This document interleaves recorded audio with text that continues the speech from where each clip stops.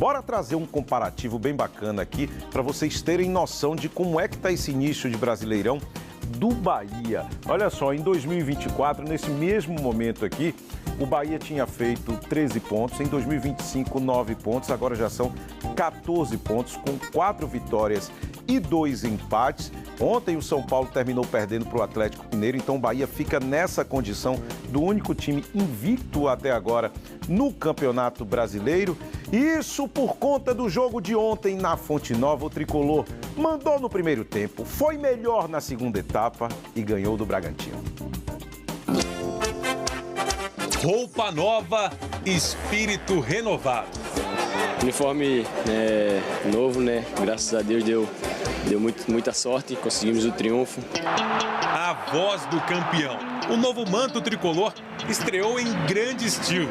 Se estava faltando inspiração em busca dos primeiros 3 pontos em casa, a nova armadura chegou para batizar a primeira vitória na Fonte Nova. Eu falo para eles, fazer ponto. Nossa campanha em casa, eu sei que é muito difícil repetir o ano passado, mas ela tem que ser parecida. Prepara o cruzamento para a segunda trave, tem batida de primeira, bola para fora. O Bahia foi melhor desde os primeiros minutos de jogo. O Bragantino tinha a bola parada como alternativa para tentar assustar o Bahia. Chegou a colocar uma bola no travessão. Pro outro lado, toque de cabeça na trave. Eduardo livre.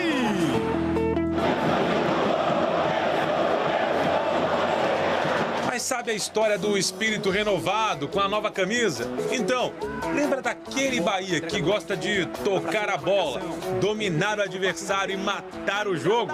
Olha ele aí. Para Luciano Juba, golaço! Absurdo! Um golaço para mandar um recado para um certo italiano. Alô, Ancelotti. Daí vem a finalização daquele que considero o melhor lateral esquerdo em atividade no futebol brasileiro.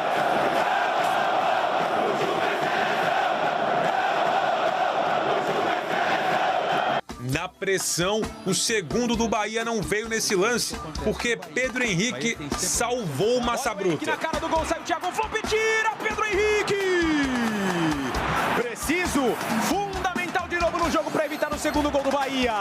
E quando a fase é boa, não precisa nem de muito esforço para balançar as redes. O segundo do Bahia veio de um dos líderes em participações a gol na temporada. Na jogada individual, Eric Pulga se livrou da marcação e mandou na área. A defesa tentou afastar. E Eric, meio que sem querer, balançou as redes. O 5º gol na temporada. Bate forte, coração de aço. O Bahia amplia. Infelicidade do Cauê, que virou em felicidade pro torcedor tricolor. 2 pro Bahia, 0 pro Bragantino, sem querer. E só não tivemos gols no segundo tempo porque os goleiros estavam inspirados. Volpe fechou o caminho para Kike Oliveira. Bateu pro gol, Volpe. Deu rebote, afasta a marcação. Davi Gomes costurou a defesa tricolor, mas parou na linda defesa de Ronaldo. Vem o Bragantino, limpou a jogada, Davi, que jogadaça, Ronaldo, fantástico! Defesaça de novo do goleiro do Bahia! Segundo jogo seguido sem ser vazado e com o moral lá em cima para manter o Bahia nas cabeças do Brasileirão. No momento ruim as vaias vieram e agora no momento bom a torcida reconhece, então muito feliz por isso. Eu espero estar só no início ainda, espero que seja um ano magnífico, que a gente continue vencendo os jogos e, se Deus quiser, conquistar uma coisa muito grande no final desse ano. Triunfo do Bahia, invicto na competição. 2 pro Bahia, 0 para a equipe do Bragantino. Falar com a gente outro time que faz bela campanha no Campeonato Brasileiro. Curioso isso, Danilo, desde que o Bahia decepcionou o seu torcedor, na verdade, né? E ficou sem temporada internacional, perdendo lá no confronto com o O'Higgins, eu comecei a ouvir torcedores de outros times dizendo: Bahia vai dar trabalho, por não ter competição internacional. Ganha aquela famosa semana cheia de trabalho. O copo meio cheio, né? Nessa situação. Já não tem mais tanto deslocamento, tanto jogo. Não sei se era para ter esse impacto tão imediato, né? Ou talvez isso mostre que o que aconteceu na Libertadores foi só... Né? Um tropeço. Um tropeço, duas noites ruins, enfim. O fato é que o Bahia realmente está dando trabalho, está lá na parte de cima da tabela. Danilo, bom dia. Bom dia, Barreto, amigos da bancada, todos que acompanham a redação. Vocês sabem qual foi o único jogo que o Bahia perdeu em 2026? Foi justamente aquela partida de ida contra o O'Higgins da Libertadores, que acabou custando o seu calendário internacional. Talvez aquele único jogo que, em tese, não podia perder. O Bahia acabou perdendo, pagando caro, mas faz um excelente início de campeonato brasileiro. Diga-se de passagem, com a derrota do São Paulo ontem para o Atlético Mineiro, o Bahia é o único time invicto na competição. Pegou um Bragantino completamente mudado da partida do final de semana para agora. O técnico Wagner Mancini, eu acho que só colocou o Herrera no time titular, mas o Bahia não tem nada a ver com isso. Ontem estreou mais um, agora com as faixas diagonais. Muito bonito, por sinal. Eu também gostei. Curti. Muito bonito o uniforme. E mais um bom jogo do Bahia, né? A gente estava falando um pouco sobre como o calendário brasileiro ele pode ser muito cruel. Ano passado, o Bahia foi a equipe que mais jogou, né, no nosso calendário. E, obviamente, isso dificulta qualquer trabalho, por mais que a gente esteja falando de um projeto mais sólido, né, dentro do Grupo City. A gente sabe que o Bahia ele recebe esse tipo de atenção, né, dentro dessa dinâmica de multiclubes e já está há algum tempo brigando pela parte de cima da tabela. A gente viu aí nos últimos anos um Bahia mais protagonista do que foi em outros momentos dessa grande história que tem o time. E ali, quando você observa, né, dentro do ano de 2026, uma eliminação numa pré-Libertadores muito duro, muito difícil. Para um time que está recebendo o aporte do tamanho que o Bahia está recebendo... Não era para ter saído ali. Não era para ter saído ali da forma que saiu. Não entrado, né? Perfeito. Como não a gente era esperava. Exato. Da forma que saiu contra um time mais fraco, por mais que fosse um time ajustado, né? O O'Higgins, mas a gente não aguardava esse Bahia caindo na pré-Libertadores. Então vamos olhar o copo meio cheio. É um Bahia que vai ter mais tempo de descanso, mais tempo de treinamento, e que não vai ter um calendário tão atribulado quanto teve no ano passado. No ano passado, com o calendário que teve, conseguiu, né, bater ali na parte de cima da tabela e se manteve na parte de cima da tabela o Campeonato Brasileiro inteiro. Né? Ele cai na Libertadores, ele passa pela pré-Libertadores, joga a fase de grupos, cai nessa fase de grupos, vai jogar playoff do Sul-Americana, não consegue classificar na Sul-Americana, é eliminado na Copa do Brasil, joga a Copa do Nordeste, joga o Campeonato Baiano. Não faltou torneio para o Bahia jogar. O Bahia só não jogou a Copa do Mundo de Clubes.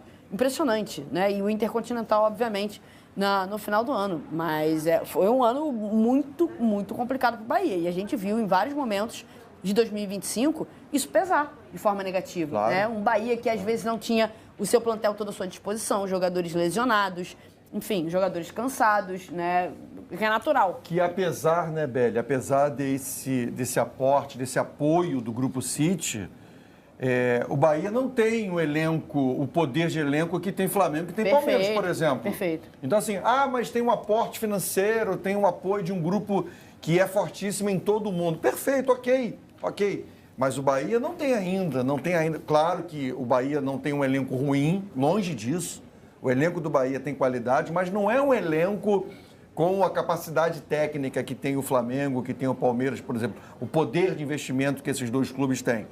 Então, acho que para esse ano, tendo agora Brasileiro e Copa do Brasil, e como eu disse, né, mencionou muito bem o Barreto, essa expressão, né, no mundo do futebol, né, com a semana cheia de trabalho, porque, por exemplo, vai ter momento em que o Bahia vai jogar no domingo, aí todo mundo joga no domingo, Campeonato Brasileiro. E na quarta-feira tem quem joga Libertadores vai jogar na quarta, quem joga Sul-Americana vai jogar na quarta, e o Bahia vai treinar a semana inteira. E aí é o seguinte, né? Vamos imaginar, o Bahia jogou contra um adversário no domingo, que vai jogar na quarta-feira. Aí, por exemplo, esse time poupa titulares contra o Bahia. Entendeu? Aí no domingo seguinte, provavelmente esse time de novo vai poupar jogador. Esse time não, um outro time vai poupar jogador, porque na quarta-feira tem outro jogo na Libertadores ou na Sul-Americana. Vai poupar time. E o Bahia pode tirar proveito disso. Só para lembrar, tá? O Bahia não é o líder do Campeonato Brasileiro, mas é o único invicto ainda. Perfeito. Caiu a invencibilidade do São Paulo, né? No jogo de ontem. Então fica aí o Bahia como o último invicto do Brasileirão. Agora, o outro lado da moeda, que não é necessariamente o copo meio vazio, mas é outro aspecto do investimento do Grupo City, é que ele aumenta o nível de expectativa e de exigência do torcedor, né, Danilo? Que fica sempre com aquela sensação de que está faltando um título grande para o Bahia. Ô Barreto, eu costumo brincar dizendo que o planejamento do Grupo City é a médio e longo prazo. O planejamento do torcedor é jogo a jogo.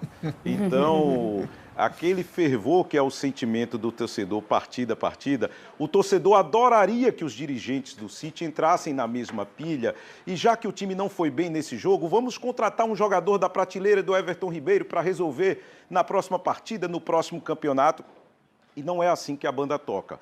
A final da Libertadores ainda não foi totalmente digerida pela torcida. De uma maneira geral, a torcida do Bahia entende que o City ele precisa elevar o patamar dessa mesma equipe. O City vem num padrão que é muito superior antes da vinda do grupo aqui para virar SAF, o Bahia, mas já tem aí 2 ou 3 anos que o Bahia conseguiu montar um bom time, um time que consegue se classificar para a Libertadores, mas já que veio a SAF, a expectativa foi lá para cima, deixou o torcedor sonhar, e o torcedor ainda sonha por um atacante que seja o dono da camisa 9, que seja indiscutível goleador, algo que o Bahia não tem esse nome indiscutível, embora o William José tenha feito até mais de 20 gols na última temporada. Ainda é um jogador questionável. Na lateral direita saiu o Santi Arias e neste momento o Roman Gomes é reserva, o Acevedo joga improvisado, talvez um zagueiro de uma prateleira maior para poder dar uma estabilidade maior. Enfim, o torcedor do Bahia, ele sente que por conta desse poderio financeiro, o time pode elevar de prateleira ano após ano, mas assim, pela leitura que a gente faz de uma maneira geral, o sofrimento do torcedor, ele vai numa ansiedade muito maior do que a angústia do Grupo City por um resultado ou outro, que planeja o time a médio e longo prazo. No time principal do Grupo City tem um centroavante bom, não tem? Tem. Até que faz alguns gols, de repente, né? Não querem... Intercâmbio? Fazer um intercâmbio. Podia trazer o Haaland, era simples, né? Isso, pois é. Mas não é assim. Eu tenho certeza que o Haaland ia gostar de Salvador, mas infelizmente... Todo mundo gosta de Salvador. É inacreditável. Não é assim que funciona. Valeu, Danilo. Obrigado pela participação no Redação. Fala, torcedores do Esporte Clube Bahia. Como vai vocês? Sejam muito bem-vindos aqui ao Sala SB, para continuar mais um vídeo, do nosso tricolor de aço. Bem, o Bahia supera o Bragantino em casa e conquista sua primeira vitória como mandante na Série A. Depois de 2 empates na Fonte Nova, a equipe comandada por Rogério Ceni venceu por 2-0 na partida de ontem. E como foi o jogo do triunfo do tricolor? Os minutos iniciais foram marcados por chances perigosas para os dois lados, com o Bahia adotando uma postura mais ofensiva desde o começo. Aos 11 minutos, William José quase abriu o placar ao finalizar de leve após cruzamento de Pulga. 3 minutos depois, o Bragantino assustou com Eduardo que acertou o travessão. Na sequência, o esquadrão respondeu rapidamente com um contra-ataque puxado por Kiki, mas Volpe conseguiu interceptar. O gol não demorou a sair. Aos 16 minutos, após boa troca de passes no meio, Jean Lucas deu um passe de calcanhar para Luciano Juba, que dominou e acertou um belo chute de pé esquerdo para abrir o placar. Com a vantagem, o Bahia passou a controlar totalmente o jogo, mantendo mais de 60% de posse de bola e trocando passes, enquanto pouco era ameaçado na defesa. E aos 39 minutos, Juba cruzou o rasteiro da linha de fundo, Cauê tentou afastar, mas a bola desviou em Eric dentro da área e acabou no fundo das redes.